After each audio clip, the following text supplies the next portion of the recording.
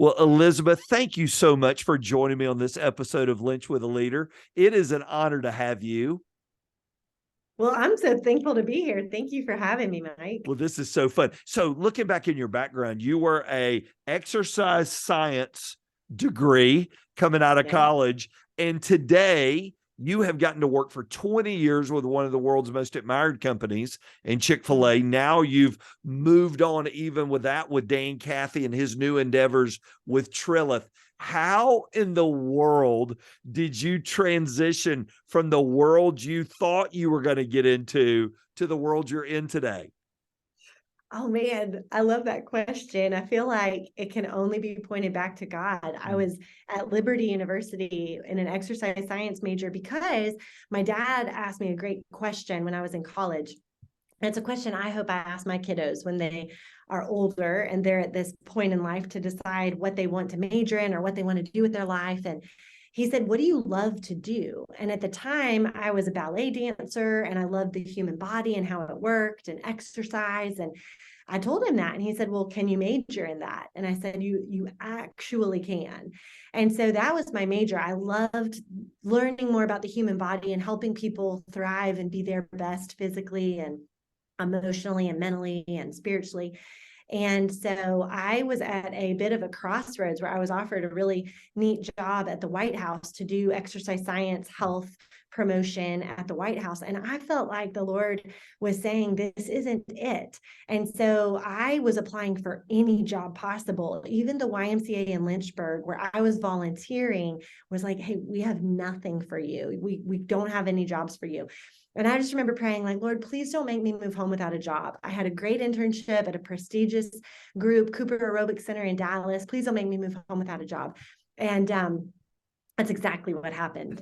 And I had a major lesson that I had to learn, that even though the Lord had blessed with really great opportunities and I worked hard for my grades and all of these things, that my heart was starting to drift a bit from being really focused on it being about him and his glory.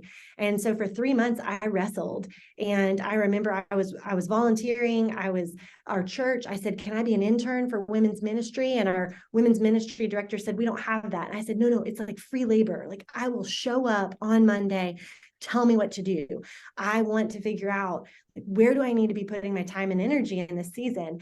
And it was really, really special because there was a day in 2004. It was in March, and I came downstairs at home. I was living with my parents because that's what every college graduate wants to do, is live with their parents. And that's what every parent wants their That's college right. That's right. graduate. And I told my mom, I said, "Mom, I'm done fighting." And she said, "What do you mean?" And I said, and we'll have a little throwback here for some, but if I am supposed to be a Taibo instructor like Billy Blanks, but not that big or famous for the rest of my life, then that's what I want to do. And I want to do it for the Lord. And Mike, literally the next day, I get a call from the group that I did an internship with. And they said, "Chick-fil-A is looking for someone to come and start a wellness program for them. Are you interested?" And that's the journey of how I went from kind of exercise science to being in the chicken world. And I got to create a wellness program for Chick-fil-A. And then I moved into human resources and then over to marketing. And I went from helping people be their best physically to meeting more emotional needs through hospitality in our restaurants and through a chicken sandwich. So it's been a huge honor, a fun journey, but it really can just be pointed back to the Lord and exciting plans that he had in store. That's so fun. And for those that are listening in, so I'm a Liberty grad as well. And so for those listening in, the Lynchburg YMCA is not it's not the prettiest YMCA in the world. And so when a job doesn't open up at the Lynchburg Y, it's like, all right, Lord, things are not looking up. As you look back, Elizabeth, what's the biggest lesson you learned that doors didn't just swing open for you? You look at life and sometimes we walk through all these open doors and it's like life is easy and life is great. Then there's other times we get closed doors and we get no's. What did you learn about the Lord in those closed doors and no's that you couldn't have learned any other way? What I think one of the greatest promises that we have is that he says, "I will never leave you and I will never forsake you." And I think his presence can be felt so much more vividly when we are depending on him. And when we hit those closed doors, we're reminded that it isn't ours to figure all of it out. I think we have to show up. We control the effort we put in, we don't control the outcome. And through those times where there's a closed door, he's present. And those are some of the sweetest seasons, even though they are gut-wrenching and they are hard, and sometimes they feel really long and they feel confusing. But he says, hey, I'm never going to leave you and I'm never going to forsake you. And I think, there's more secular perspectives on this. Ryan Holiday has a great book talking about the obstacle is the way. I think there's actual really great things that can happen through those doors closing. We either have to be more creative to figure out another path around it, or we just kind of sit in the space we're in and recognize maybe our life purpose can be lived out in the hard season I'm in. And maybe my life walking through this waiting is a testimony to others and their faith. And it'll probably sharpen my faith too. And Paul talks a lot about that in scripture, about how the trying and the testing of your faith is going to develop perseverance. And I don't think that we learn perseverance when things are all happy and shiny and good and they're just kind of smoothly going along. I think we learn it in the harder times, and that dependency and relationship and intimacy with the Lord just grows exponentially through them. That's a fantastic answer. And, it's so interesting now, because where you sit, you're not a high school student, you're not a college student. You now have the rearview mirror of life to look back and go, all right, Lord, if you hadn't have closed all those doors, I would have never spent 20 years at Chick-fil-A. I would have never spent time as the principal lead of strategy, hospitality, and service design at Chick-fil-A, and ended up in the role that you're in now. And you got a front row seat to be mentored by some of the world's greatest leaders. You didn't just read their books. You got to rub shoulders with them. What did you learn rubbing shoulders with Horst Schulze, Dan Cathy, Truett Cathy? What did you learn about leadership up close that you couldn't have learned from a distance? Oh my goodness. I mean, they are three of the best for sure.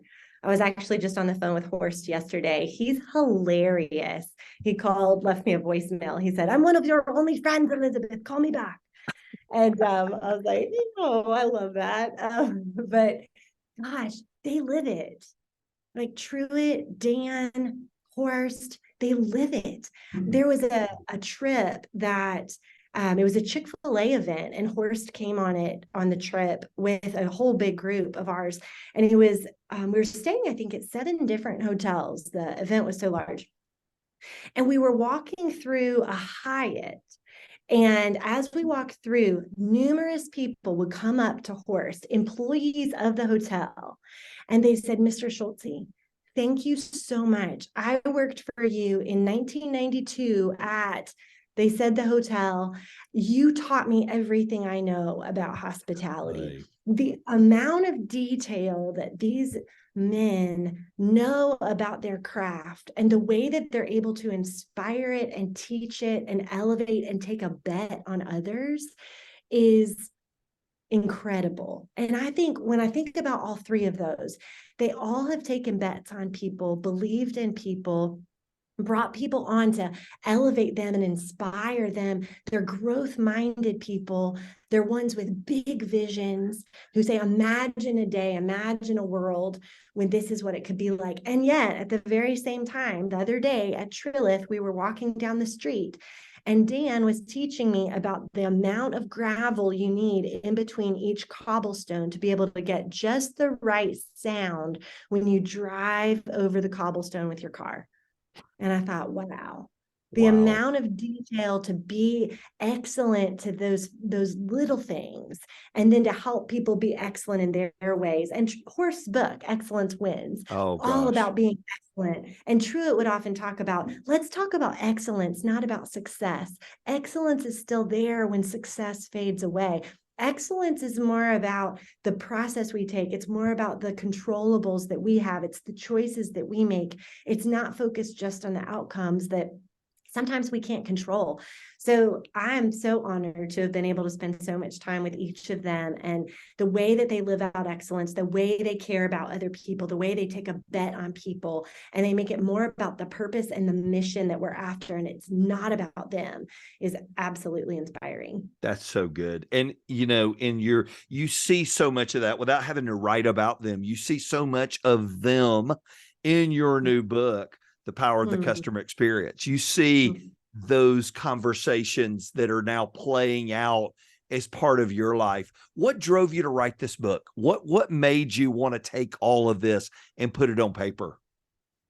Well, it was a big conversation as a family. So we have a 7 and a 9-year-old, and this was last year in fall, and we had a family meeting. And family meetings, Mike, at our house include ice cream. So everybody gets a bowl of ice cream, and we sit around and talk about a decision that we need to make. The kids get input. So if you follow the rapid model in decision making, they get the input, they don't get the D, they don't get the decision. Yeah. But we sat around and we talked about what would it look like for mom to do this, because I only have so much time that I can speak, and I love it. But I felt like one of the tensions that I was experiencing was in my role at the time within Chick-fil-A. I had great resources that were at my fingertips, books like Chip and Dan Heath's Power of Moment. It's all about the moments that we create, and Horsebook, Excellence Wins, and great strategy books around hospitality and customer experience. But one thing I noticed was the front lines is where the experience is either going to be made or broken. And not every frontline employee recognizes the power that they have at their fingertips. And it's twofold. It's the power to bring this brand to life. Most people, when they talk about a bad experience that they have with a brand, they're talking about a person. That's and right. An individual who made a decision that was disrespectful, it was unkind, it was indifferent, and they're not going to go to that brand anymore. And I thought, wow, does that person on the front lines know that? And the second part is that they have the power to impact that life on the other side of that counter, on the other side of that transaction, on the other side of that experience. Do they know that? Do they know that they have the power, as some of our research found, to confirm or deny one sense of humanity? Do they know that?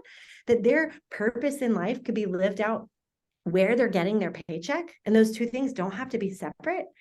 And so that's what really led me to do it, was to say, hey, there is power in representing the brand and helping brands thrive and be brands that we can't imagine our lives without. And there is power in that individual interaction, that they actually could live out their purpose and get a paycheck at the same time. And I thought, man, if every frontline employee could understand that, I feel like our world would be a whole lot nicer, a whole lot more grace-filled, a whole lot kinder.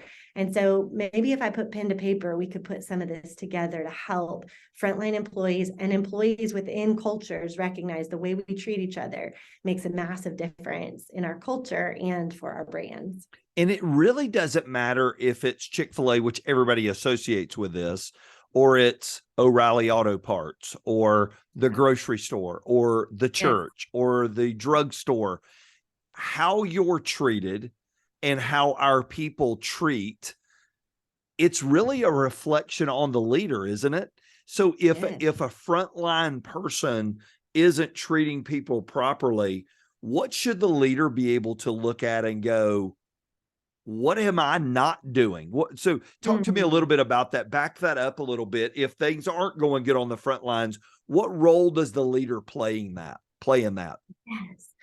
A huge role. I mean, part of it can be selection. Did they select someone that's not well suited for the seat that they're in? Part of it could be training. Do they not know? Have they not been taught or told or onboarded correctly to know the best way to bring this to life? So it could be selection, it could be training, or it could be a reflection of the culture. Yeah. And the customer experience is really an overflow of that employee experience, and the leader's responsible for that employee experience.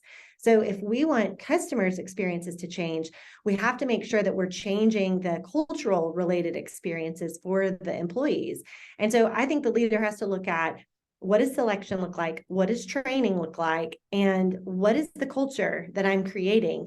And leaders are responsible for culture in what they model and what they create and what they allow. Those are the three things that if we focus on, what am I modeling, what am I creating, and what am I allowing in this culture, And then to have the courage to ask the people that we work with those questions. What are the things that I'm modeling or I'm creating that is not in line with the culture that we're trying to create? And what are the things that I'm allowing to happen that I probably need to pay more attention to, so that we have feedback around us to be able to make sure that we're making the good choices. We're not being unintentional with the experiences that we're creating for people around us, and that we're doing the things that we need to do to make the culture great, so that the overflow onto the customer is great. That's really good. You hit in there, and it's really, I love how you broke the book up into the different elements of a great customer experience. And your first one, I'm going to be honest, caught me off guard. I'm like, I have never thought about it that way before. And you talked about the ability to choose your mindset. Why is that so foundational for a frontline person, for a C-suite person? Why is it so foundational that they get their mindset right for them to be able to create a great customer experience? Yes, mindset determines what you get. Like the things, like it's a proverb, right? So as we think, so shall we act. The things that are in our minds impact the way that we are going to show up. And so if our mindset in anything in life, this applies at home too. If our mindset is like, oh, I have to do that, it's going to change the energy that we put toward it and the attitude that we put toward it. But if we have a mindset of, oh, I get to do this. This is a part of my responsibility. I get to do this. Then it changes the way that we show up and the decisions that we make. And so when it comes to customers specifically, if we view customers as being a nuisance, I worked at the Gap off International Drive in Florida, which is where all the tourists go. I mean, we knew the sound of the brakes when those buses would pull up and just and let off what felt like thousands of tourists who tried on every article of clothing in the store. And you have to fold things back into that perfect Gap fold. Talk about mindset. Our mindset for the customer became, oh, here comes some more of them. But Henry Ford said, hey, it's not the employer who pays the wages. It's the customer who pays the wages. The employer is just passing the money through. And so if we have a mindset that they're a nuisance opposed to a necessity, it completely changes the way we show up. It changes the way we act. It changes the way that we communicate with others. And so mindset determines what we get. What are the mindsets that we have to be able to create the experiences at home, at school, at work, wherever that is, that are ultimately a representation of who we want to be as people. And that can change everything. Yeah, and I think we've all gotten out of our car and seen restaurant employees locking doors as we're walking up, because it's 10 till closing time and they're locking the door, and you're like, okay. I mean, we see a manifestation of that mindset. And you talked about it. One of these I wanted to grab, and there were actually 2 E's in there I thought were really, really good. And your pastor would be very proud. Andy would be very proud that you used all E's. So you made Andy proud. I want you to know that. But you talked about excellence and empathy are major mindsets. How would you describe a mindset of excellence and a mindset of empathy? So excellence, again, horse book, excellence wins, is absolutely incredible. But excellence is around choosing to be able to show up and to do our best. It's the things that, to me, it's more about the behaviors of excellence than the outcomes. I think the behaviors lead to the outcomes, but what we can control is to go above and beyond. What we can control is to do the very best we can. When our kiddos get in the car and they say they had a test or they had a quiz or they had something that was graded, the first question we ask is, did you do your best? Because I care more that they did their best, whether that's straight A's or straight C's. I care more that they did their best and they put their effort in than what that little red pin on the top right corner says. And so excellence is about how you show up. And in Horse Book, he has an incredible story that all of this started for him. I mean, the Ritz was the expression of what grew in his heart at age 14 in Germany. He begged his mom to let him go work at a hotel. I mean, don't you love 14-year-olds that are begging to work? Like they see the value in working hard. Well, that was Horst at a little young age. And he went to work at this hotel that was miles away from his house. And when he left, his mom said, shine your shoes, iron your shirt, be your best, because you're serving important people. And when he got to the hotel and started working, they said, when you are here, you shine your shoes, you iron your shirt, you act your best, you're serving important people. And while he was there, he did this rotation. And one of the seasons of that rotation, he was working in the dining room. And every time the maitre d' would walk in the room, Horst said the mood would rise. There was something about this man that the way he would go from table to table, he elevated the entire room. And he talked to him, and the man told him, he said, you are an important person. And Horst put this connection, and he wrote a paper at age 14 called Ladies and Gentlemen Serving Ladies and Gentlemen. And for those that are familiar with the Ritz-Carlton, that became the motto when he started the hotel around 1982. That Ritz-Carlton was about ladies and gentlemen, serving ladies and gentlemen. We are important people, and we're serving important people. And when we recognize that we're important and we're here to serve important people, we show up with our best. So we have to have a mindset of excellence. And then a mindset of empathy is being able to, Brene Brown talks about it in her books and in all of her research and work around empathy, about being able to understand and share feelings of someone else. We don't have to wear their feelings, but we can share their feelings. We can understand their feelings. We can empathize with them.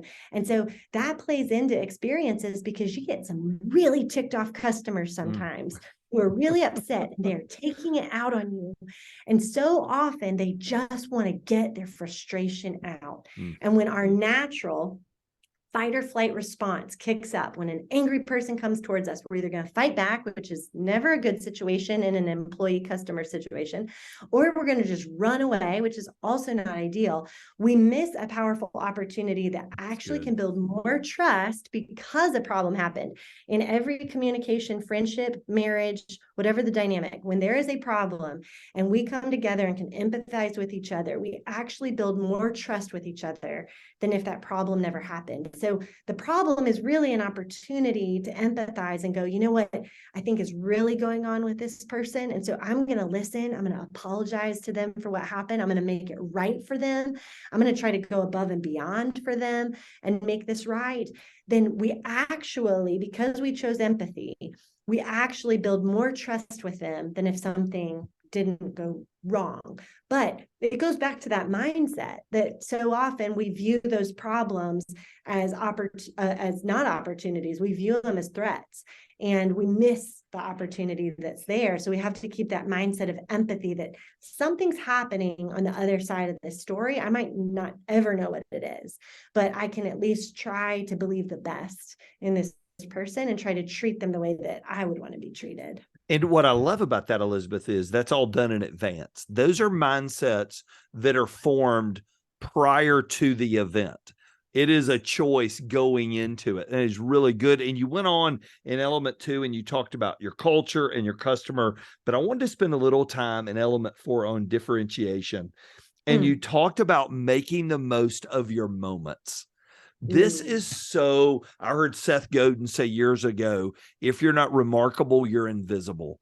How do we differentiate ourselves in how we handle people and in how we handle the things that we don't have control over that come our way? What are ways we can take advantage of those moments, quote unquote, that God sends our way in a customer experience? Yes. Well, 3 that I feel like are helpful to think about that could often be missed are signature moments. They're small things. It's kind of like your hand signature. It's special to you and it's unique to you. And I think each of us, through our own personalities, can have those unique ways to express care for somebody else. When we think about brands, Nordstrom is known for walking the bag around the counter to present it to you. It's way more efficient to hand it over the counter.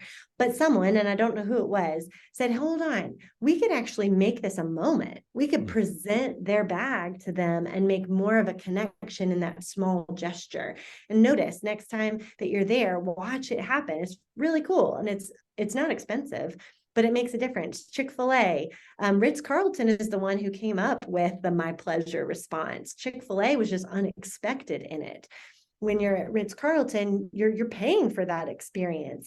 Trilith and Dan in 2008 said, hey, what could we do that would be unexpected in the fast food face, and being elevated in the experience was unexpected. So thinking, what is it that I can uniquely do that's going to make a moment and be special for somebody around me? And then being surprising at times. Again, Chip and Dan Heath wrote Power of Moments, and they talk about these peak moments. It's not all the moments being equal, but it's also having like peak moments that are really more important than some of the rest of the moments. And so how can you have really surprising, exceptional moments that stand out for people? And when you're doing customer journey mapping, which is kind of a nerdy, geeky thing in the service design world, but when you're thinking about all the steps that a customer is taking in their journey, to work with you or to come and get your product or your process, where are those peak moments? And maybe if it's an e-commerce business, it's the unboxing of when you open the box. How is that unique and special? And how can you create a surprise moment out of that? If it's within athletics and it's at a game, like what's that halftime experience that might just be so surprising and fun that people don't know what's coming next after each game? Whatever that is, be surprising in it and keep it fun and fresh and quirky and cool. And then the last is where we need that empathy the most, and it's the solvable moments. It's the things that go wrong and we need to figure out a way to make them right.